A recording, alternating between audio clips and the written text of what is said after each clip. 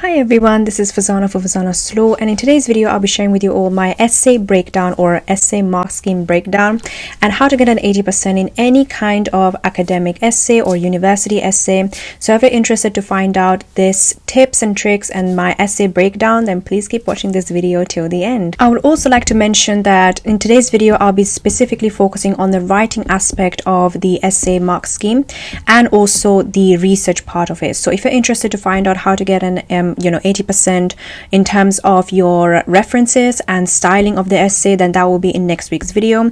But in this week's video, it will be just about the writing and the research aspect of them. So of course, I won't be reading out the whole mark scheme or what it takes to get an 80% in terms of writing of an essay, but I'll be putting it right here in front of you, and you can read it and pause this video and read the entire thing so that you get an idea of what we're going to be talking about today.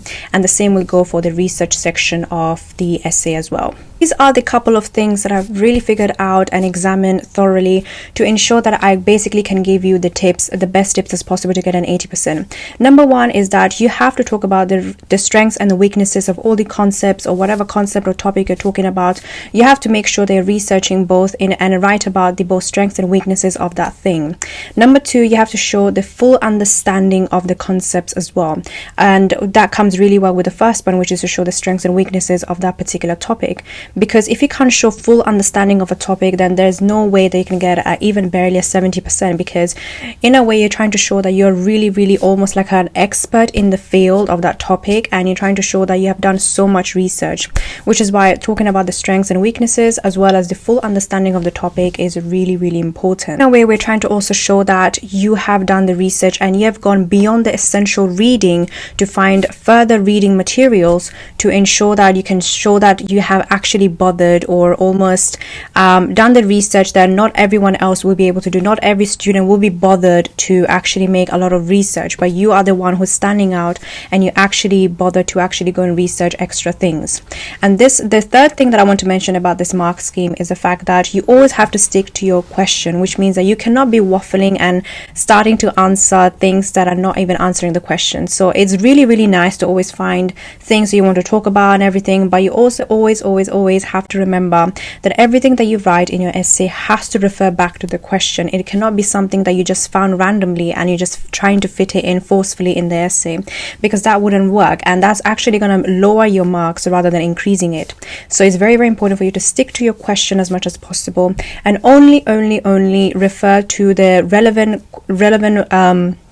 things that you want to talk about. You don't want to be talking about, let's say you're talking about public law, but you start talking about tort law or something like that. It has to be relatable, it has to be connected, it has to be, the things that you have to write are always have to be relatable and relevant to the essay question. So you cannot be just waffling around and always stick to the question. The point that I want to mention whilst looking at this mark scheme, I was also thinking that the part of where it says that you can you find alternative solutions to the problems that you're actually discussing in the essay, and this was very this is a really good way to show that you're thinking beyond the average person in a way, because when you can provide solutions to, and you're an undergraduate student and you're trying to provide some kind of solution to the problems that you're actually discussing in the essay, that can show that you're thinking beyond and you're actually trying to impress the examiner in that way. Because not everyone will try to, because what students mostly do is just, what they try to do is just finish off the essay with no substance. But what gives substance is providing solutions to the problems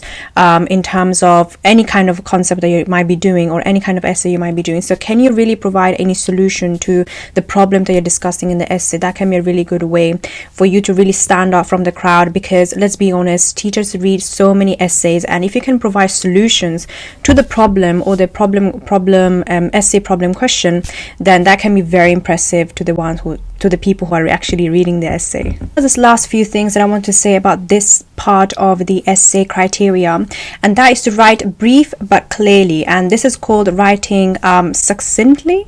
succinctly. I'm not sure how do you pronounce that, but this is how you write succinctly, and this can only come with practice, which is why it's very, very important for you to do practice practice writing as many essays as possible, because writing briefly but clearly can be very challenging, and I am someone who has struggled with that in the third year, because when you want to explain something, you want to write as many words as possible, but then you have a restraint on the word count, so you can't really write as much as you want, but you also want to say all the things very clearly manner. So this is why writing succinctly is very, very important for you to master, and you can only achieve that by writing as many essays as possible every single day throughout the academic year.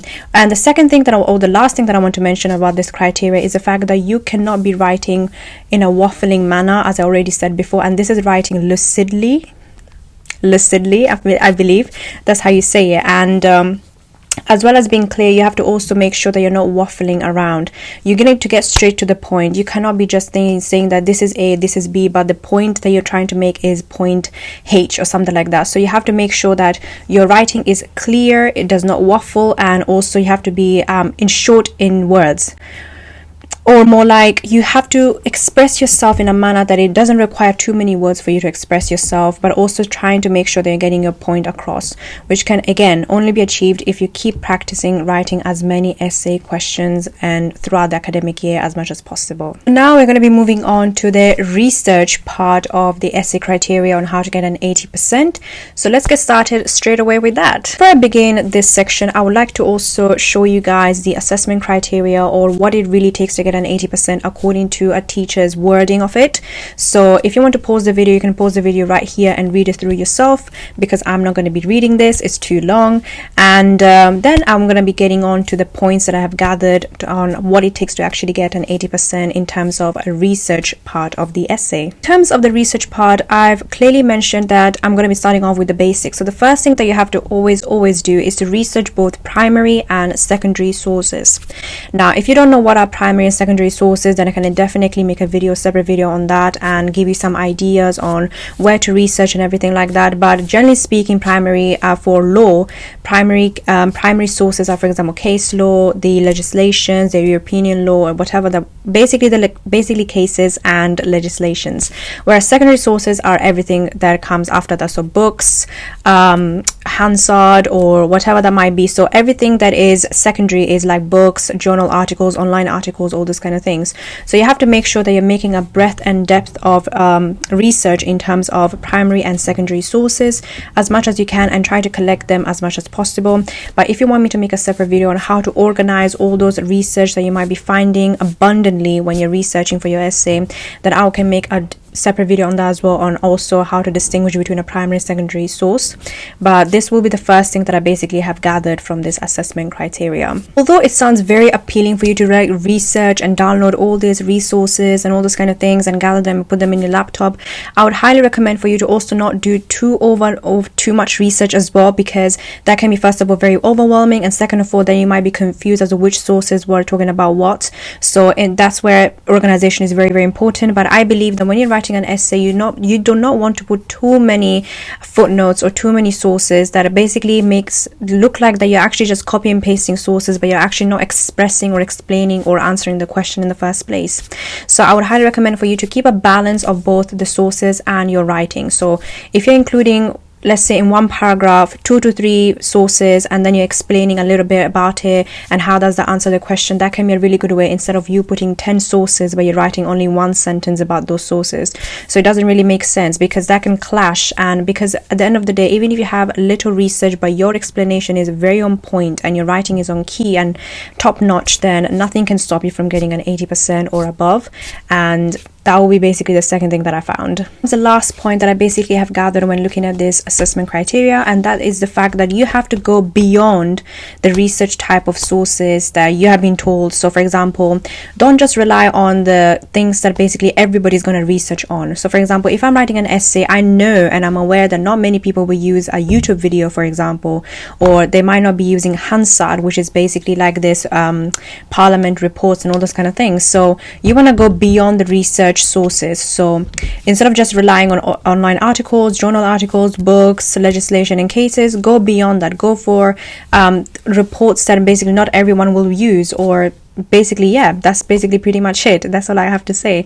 But definitely, of course, you're making sure that all these reports and wherever you find it from are legible and they are authoritative enough for you to really include them in your essay, because you cannot be just, let's say, picking up a website and just write it in your essay, because that might be unauthentic and the author might not be authoritative enough for to really express their opinions on a topic. So you have to make sure that whatever you find, whatever source, make sure you go beyond the average person, but at the same time making sure that those sources are also legible and they're authentic enough for you to include them in an academic essay. This brings me to the end of today's video. I hope you really enjoyed it and you found these tips very, very helpful, and I'm definitely going to be making a second part of this video, because I want to talk about next week's video on the style, on how to get 80% in an essay in terms of styling of the essay, and the number 2 to also talk about the references as well, and how to get 80% in that category as well of an essay, because references and style are a huge part to success on how to get an 80% on an essay. So if you're interested, then please do subscribe to this channel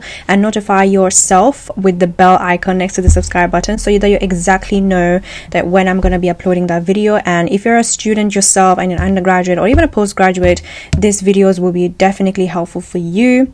But other than that, if you have any other tips on how to get an 80% or how to get a first class in general in any kind of academic essay, then please leave them down below. I will definitely check them out. But other than that, I will see you in my next week's video.